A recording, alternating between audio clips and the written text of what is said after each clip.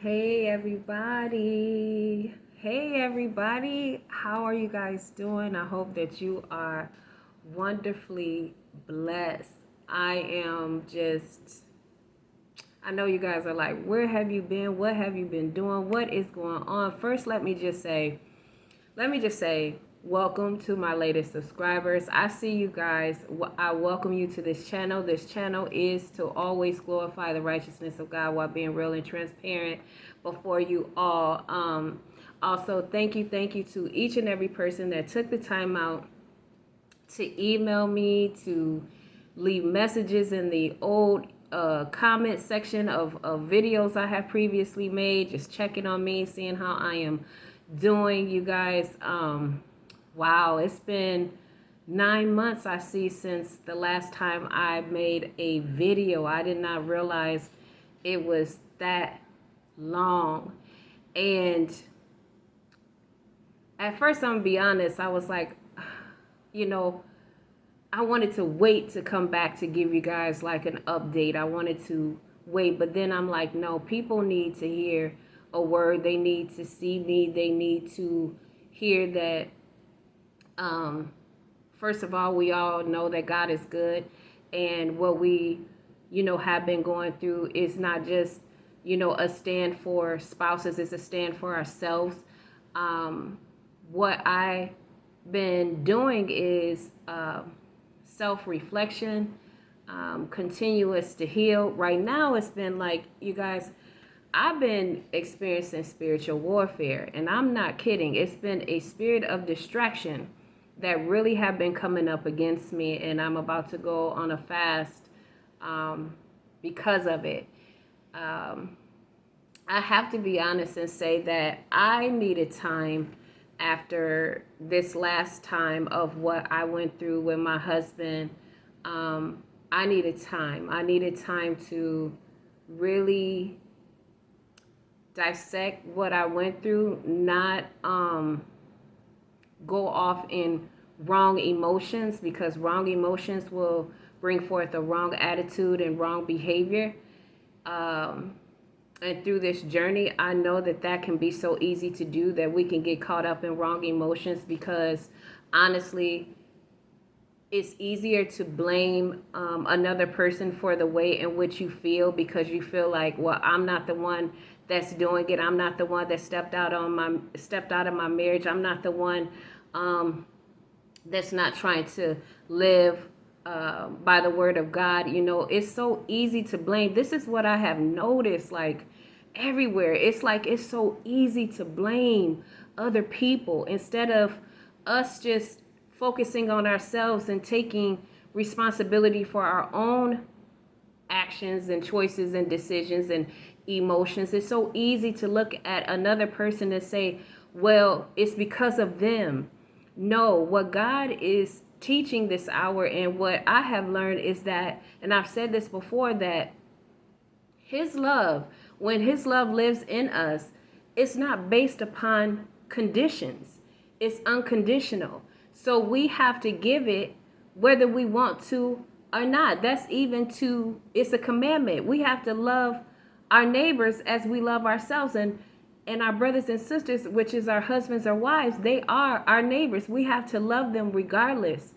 And I know a lot of people will say, well, I do, but really, do you? We have to really ask ourselves that, because when their behavior towards us is like rude or detached, or they seem unlovable, man, that's hard, you guys. I'm just gonna be honest. I felt like it was, at a time it was hard.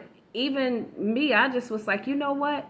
I'm just over it. This last time, honestly, I was ready to just throw in the towel, you guys, and say, forget it. If he want to continue to keep living his life the way that he's living, then let him go ahead and do so. But I promise you, the Holy Spirit just would not let me, because it's like, first, who's going to pray for him diligently if it wasn't for me? And when we got married, it wasn't based on just the good times. It was sickness and health, to love and cherish until death. And I don't think that sometimes we take those vows serious. We think it's just been an exchange before, and I've said this before, an exchange before family and friends.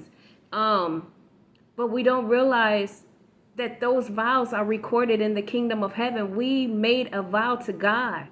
And even though a spouse may be breaking those vows, that still doesn't mean that we have a right to just say, forget them.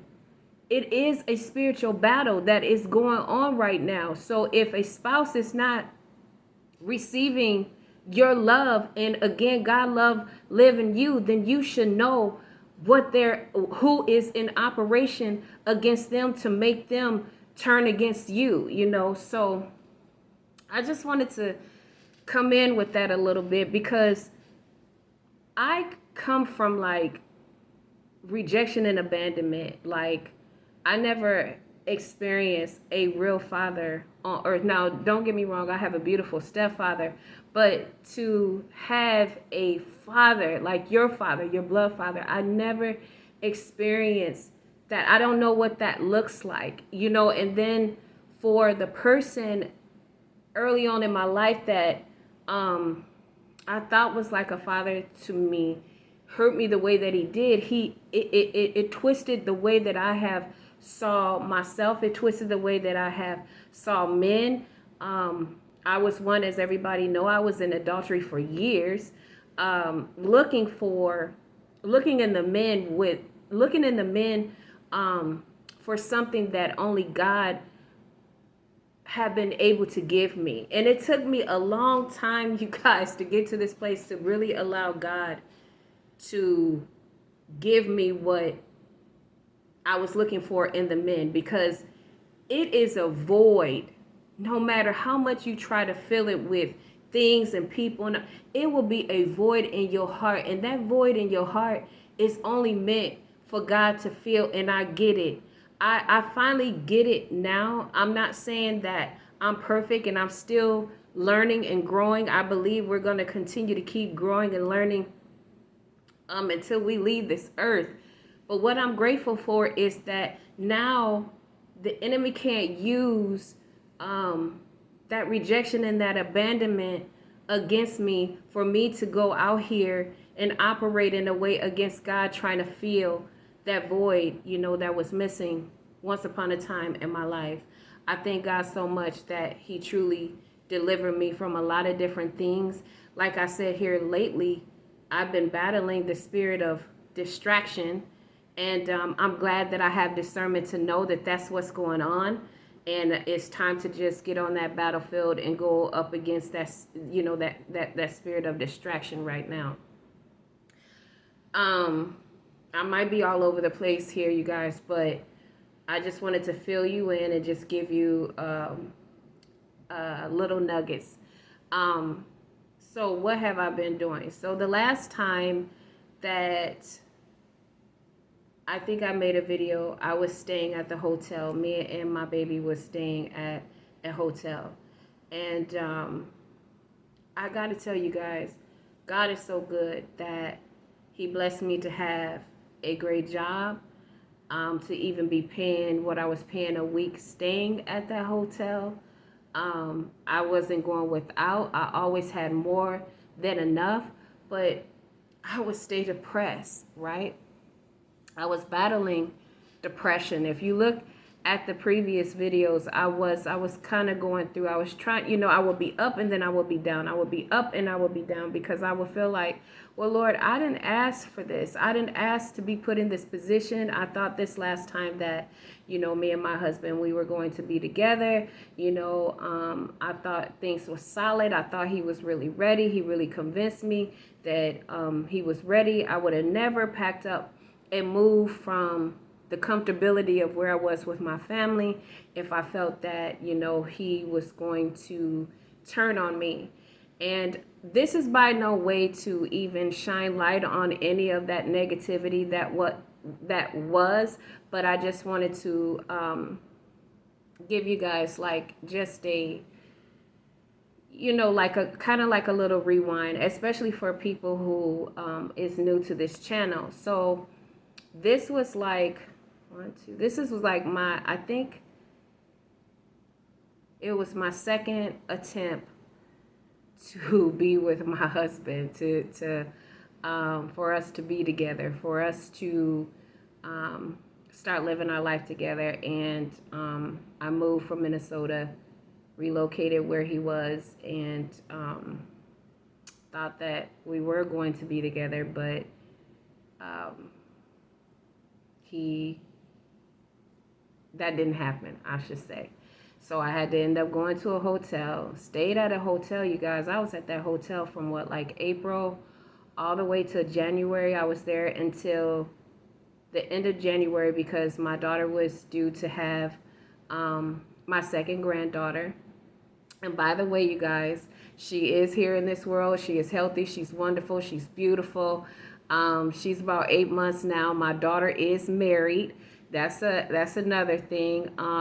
So I came to Georgia to help take care of my 2-year-old granddaughter so that my daughter, and her husband can kind of, focus on the baby, whatever. And I was assisting with that. So while I was in Georgia, I had put my stuff up before I left Memphis. I had put my stuff up in storage, and my stuff was already in storage when I went into the hotel, in April.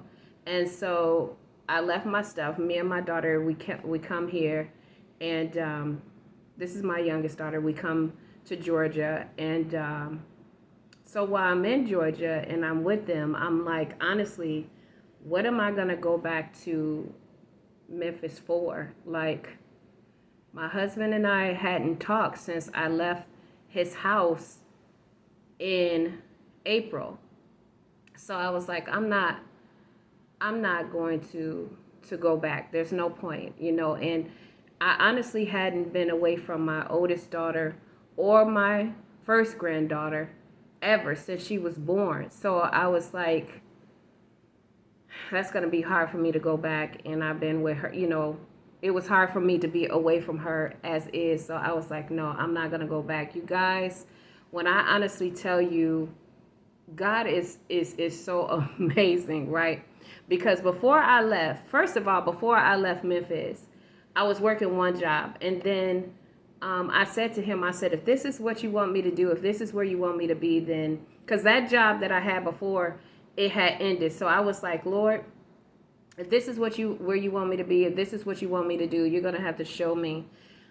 I give you 2 weeks. Okay, so in that 2 weeks, the very next day, I had got a call for the job that I have been in since I've been there, and that's St. Jude. I had got hired on with St. Jude last August, and I've been with them ever since, and I have been working from home, thank God. And so also, you guys, when I was there, I don't know if you guys remember, but some lady had hit me, and when she hit me, she kept on going.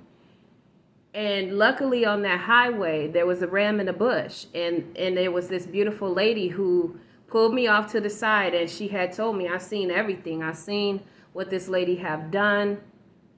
And here's her information. Okay, so I get the information, call the police, please come do a report. So I'm having to wait to hear, when they find her, whatever the case may be. So you guys, I didn't think anything of it, because they were telling me, like, sometimes they don't have insurance. It could take a while. So I was like, okay, whatever. I'm not going to include my insurance on it because it wasn't my insurance fault, or it wasn't my fault. It was hers. She hit me. So she's responsible. So I just think about it. So my car is messed up all on the side, on the passenger side. The side view mirror knocked off of it. It was so ugly, you guys. So luckily, again, I didn't have to leave and go to work somewhere else. I was able to stay at the hotel and work, from the hotel where I was staying at. So that was a blessing. So my car just sat.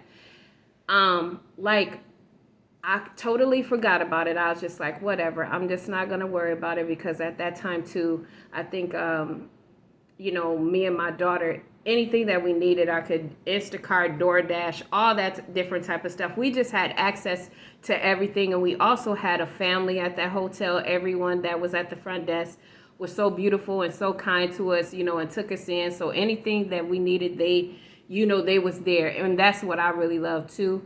So I didn't think anything else about it. And then one day I get a call out of the blue from the lady's insurance company telling me that they're about to put me in a rental, check and see what it's going to cost to get my car fixed. Now, at this time, COVID is really at a height. So places that I called, they were like really backed up. So they was like, her insurance company said, well, just go get the rental. We're going to have you in the rental.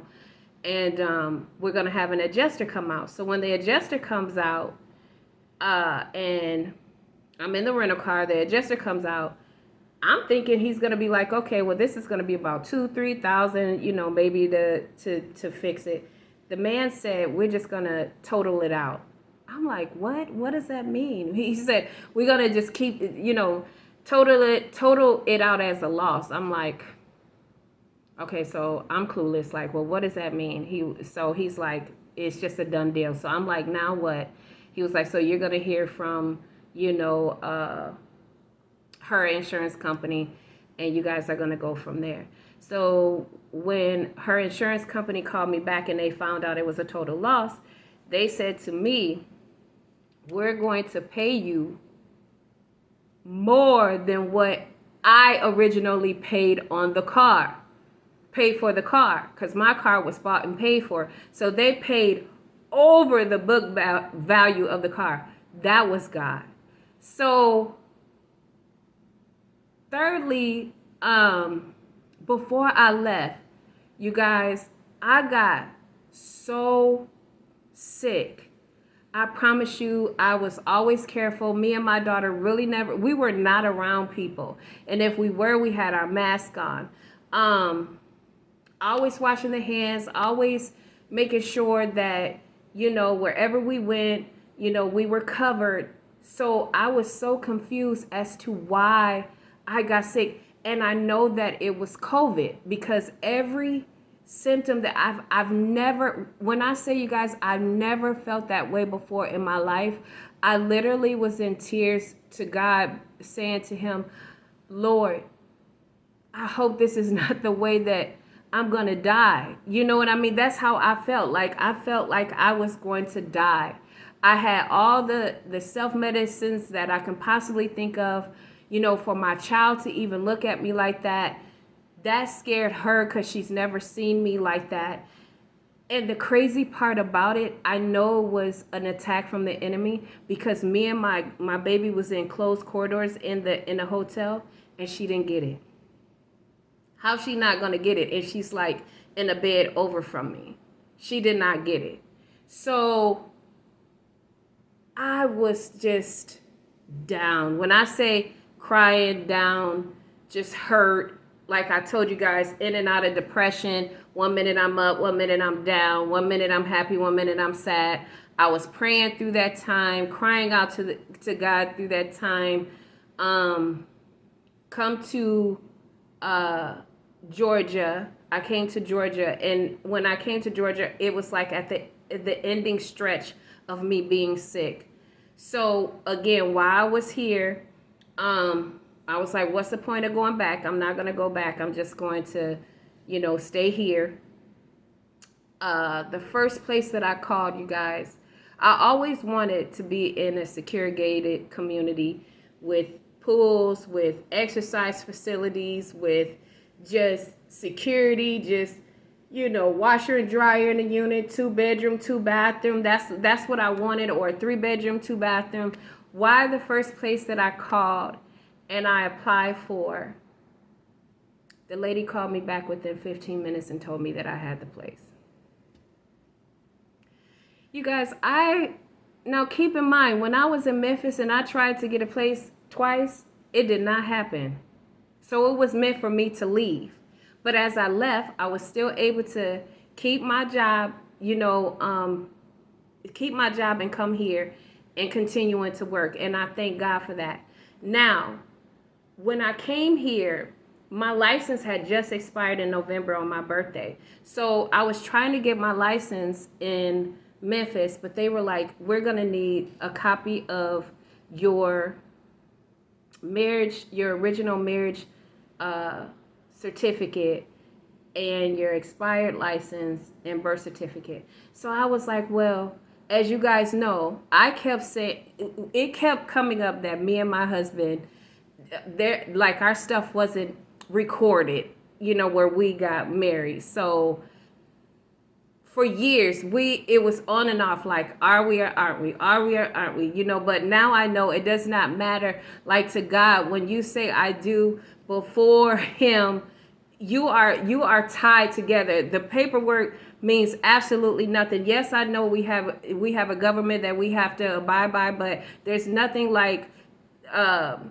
the government that's in the kingdom of heaven. When you say I do to that person, you are locked in. When you confess that you are going to love that person in sickness and health until death do you part, those are the vows that's recorded in the kingdom of heaven, and those are the things those vows are never meant to be broken. So a piece of paper, no, that you can't get off because it's a piece of paper.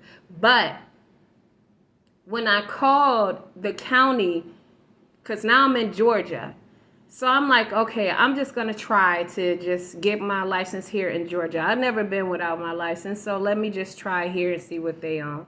So I called where we got married, and I told them what was going on. I told them I have I have a copy of my marriage certificate. We applied for our marriage license and all this. So I had spoken to this older lady, and she was like, well, hold on, let me, go check our records. And she said, well, Netta, I see here we have where you have we have your marriage license on file. I said, okay, at this time in my mind, I was like, okay, well, just send me something that just says that I'm not married to this man. You know what I mean? So I could just go ahead and change everything. Because again, you guys, at this time, I just kind of was like over it. Like, okay, whatever, it is what it is. It's time to, move on. Why did the lady say, I'm sorry, you guys are legally married? And I'm like, what? I said, what do you mean? She said, all you have to do, she said, all you will have to do, you guys will have to get what we call a delayed certificate of marriage. She said, we know a marriage took place. You were in the church. You were before the pastor. You have a copy of the certificate. We have a copy of the marriage license. She said, yeah, you are legally married, and all you have to do is have your husband fill out the information. You fill out the information, and we could get the delayed certificate of marriage on file. Just because we don't have the certificate right now don't mean that you're not legally married to him. I'm like, oh my gosh. So now, I hadn't talked to him, and I'm like, oh my goodness, I don't want to call him. I don't want to contact. I don't want to say anything to this man. So I did. I was like, could you, fill this out, blah, blah, blah. Didn't hear anything from him. So I'm just like, you know what, Lord, this is so childish. This is exactly why I didn't even want to reach out to him. Now I'm in pride. Like, I just didn't want to reach out to him to begin with and all this different type of stuff. So it had to be the Holy Spirit saying, go with what you have. Don't worry about it.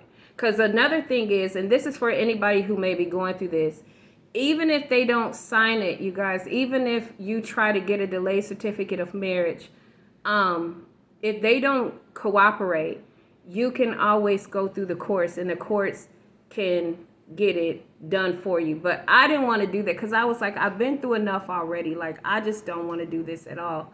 So what happened is it had to be the Holy Spirit, like, just take what you have and go.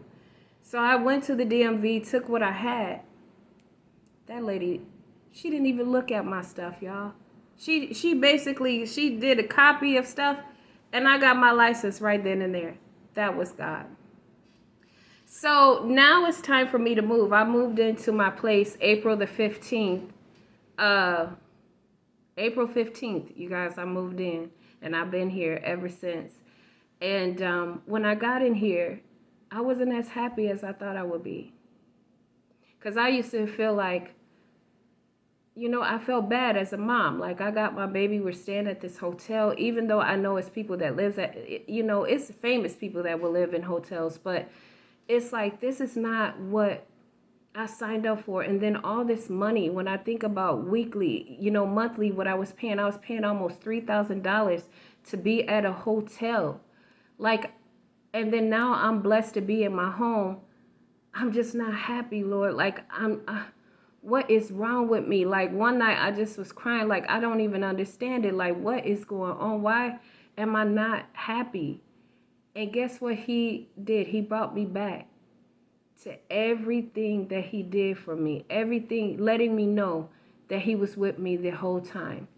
When all that stuff went on with my husband, when me getting in that hotel, me being able to pay for that hotel weekly, me getting sick and him healing me, when that lady hit me and getting more than enough for the vehicle, continuing to be able to keep my job, coming here, got denied for my license in Memphis, but came here, got my license right away, set up there and got a place, tried to get a place in Memphis twice, got denied, come here, the first one I got, the first one I applied for, I got, and it's the place that I always wanted, with a secure gated community and all the glitz and all the glamour. He's letting me know I was with you the entire time.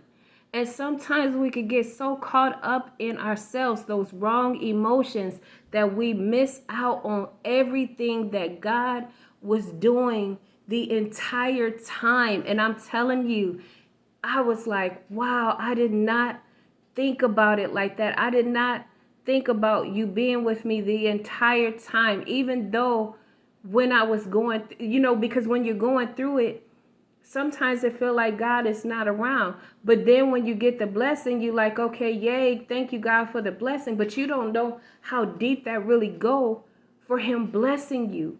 Him letting you know that I see you. I see everything that you have gone through. And I have always had a plan for you. I have always had the answer for you. I have always had the blessing for you.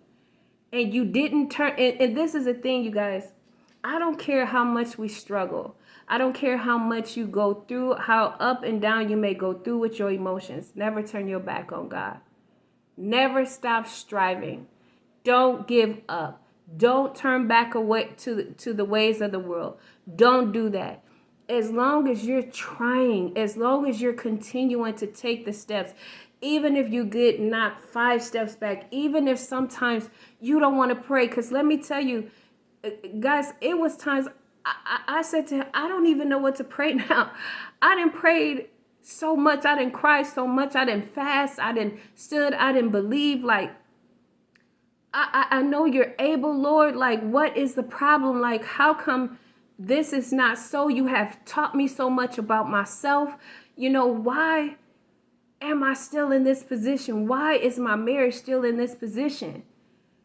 But as I'm asking him that, he's showing me all the beauty of everything that he was doing behind the scenes for me, right? Even though it may have looked like my marriage may not had been restored, but look at all the restoration, look at all the blessings that he was giving me. Because while I'm being blessed, my husband wasn't.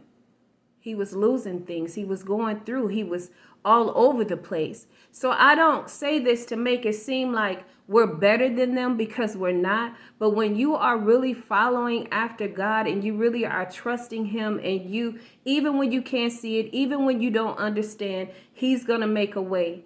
Even when I said, man, I am going to get a divorce, I'm just over it, he would not let me follow through with that, you guys. Like, no, because I know what he told me a long time ago. He told me, it shall be so for your marriage. And remember what I told you guys? I said, he'll give us a promise, but he don't tell us everything that we gonna go through before that promise manifests. So it's been a lot of stuff that I had to go through, but I get it now. It was to shape and to mature me, because if I listened to the advice of people, if I would have even listened to my wrong emotions, if I would have, turned my back, no telling where I would be. This is why we need to have a relationship with God on our own. And please, if people are in your life who is telling you, oh, I wouldn't go through this, I wouldn't this, I wouldn't that. Okay, that may work for them, but that's not what is going to work for you. If you know that God then gave you a word, I don't care what those people is saying. You stand on the promise of his word, because he's a father that shall not and cannot lie. He said, is there anything too hard for him? And it is not. It's not. I know the wait seems trying. I know sometimes watching spouses from afar, thinking that they had living their best life, thinking they doing this, thinking they doing that, it can weigh on you. But I'm here to tell you, take everything before God. So it brings me to now, me and be in my place, and all that I went through to get me to this place. I said to the Lord, previously I said, again, if this is what you want me to do, if you want me to stand for this man, you're going to have to show me. I give you, Abba, to his birthday. If I hear from him by his birthday, then I know that you want me to continue to keep standing for him. Well, I heard from him in May. His birthday is in July, the end of July. He called me. I wasn't even thinking about him. I was up late night on my store, y'all. I don't know if you guys are Amazon people, but hey, Amazon, I am a Amazon frequent shopper. So I'm up on Amazon looking for stuff for my house and all this different type of stuff. And he called out of the blue, and I'm like, with me and him, it's so funny, because we will pick up right where we left off. It's not no, where you been? What is this? It's none of that. We just start talking as friends every single time, because I genuinely love and respect my husband, regardless of the choices and decisions that he was making in the battle in which he was going through, and he wasn't letting me know how deep it was going with him with his battle. I knew that's what my prayers were doing. He was filling my prayers. He has always let me know that.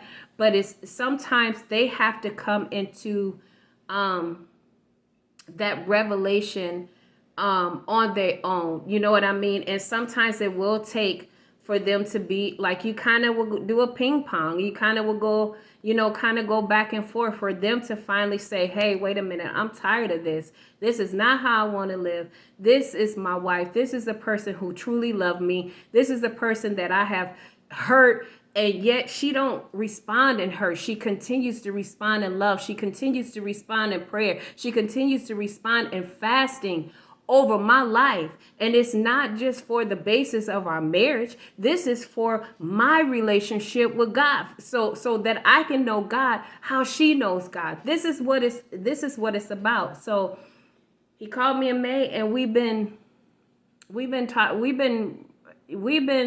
reconciled ever since. And I'll be leaving to go be with him next month for my birthday. And I am like on chill mode. Before, I was so excited every time, but now I'm just like, okay, Lord, I'm just going to really be easy this time. But God told me this. He said that he's not going to do what he did before. He's not going to do it. Because I'm like, Lord, it's just not fair to me. Now, I get it. You want us to learn lessons too. But they need to learn some lessons as well. Because this going back and forth, that hurts you. You know what I mean? You don't want to go back and forth with someone. You want it to be either we are or we not. And I just had to come out and say that to my husband. Either you love me or you don't. Either you want to be with me or you don't. Either you want to love me as your wife or you don't. Because what I'm not going to do this time is be afraid of losing you. Because sometimes that's what happens too. We could be so afraid of losing them. So we'll go back and forth with them. No, I'm not going to do this, because if you know how beautiful I am, if you're confessing how beautiful I am, if you're saying, I'm the wife that you always wanted now, then you're going to grab hold of me. You're not going to even allow you or the wrong thoughts to play in your mind to push me away anymore. You're going to gravitate. You're going to hold on tight. We are going to fight the good fight together, because that's exactly how it's supposed to be. So I was bold, y'all. And as I was bold, and let them know it's been different. Like, everything is different. We are continuing to grow and learn from each other each and every day. He is most definitely my friend. He keeps me laughing. We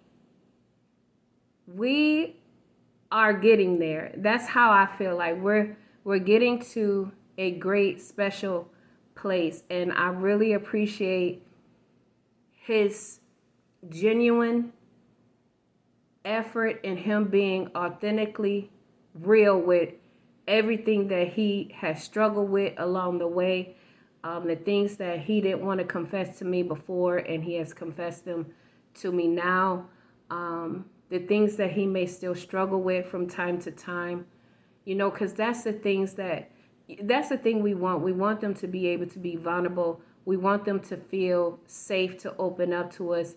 We want them to feel secure. You know what I mean? Just like, as I say to him, I want to feel safe with you. I want to feel like, when I confess things to you and tell you things, that you are really taking in what I'm saying. It is not a battle of who's right or who's wrong. It's about us coming together and having a healthy friendship, relationship, and marriage. And that's what it's about, you guys. So I know I was all over the place. Again, thank you to everybody who have reached out, who have commented on the old videos. I hope this encourages you. As I always said, and I will keep saying, it's about us too, you guys. We have to check ourselves. We have to make sure that our hearts is right as well, because it is easy for bitterness to take root. It's easy for pride to get in there. It's easy for us to think that we're doing what God is telling us to do, and we're really rebelling against God. Don't get caught up in what other people are saying and what other people choose to do in their situations, because your situation is your own. It is going to be you that's going to have to answer to God about the choices and decisions that you have made when it comes to your marriage. As long as you know that you're being faithful to God and doing what he says, that what he has called you to do, he's going to do the rest. Even when you can't see it, trust me, he is working. So with that being said, I thank you guys. I know this was super long.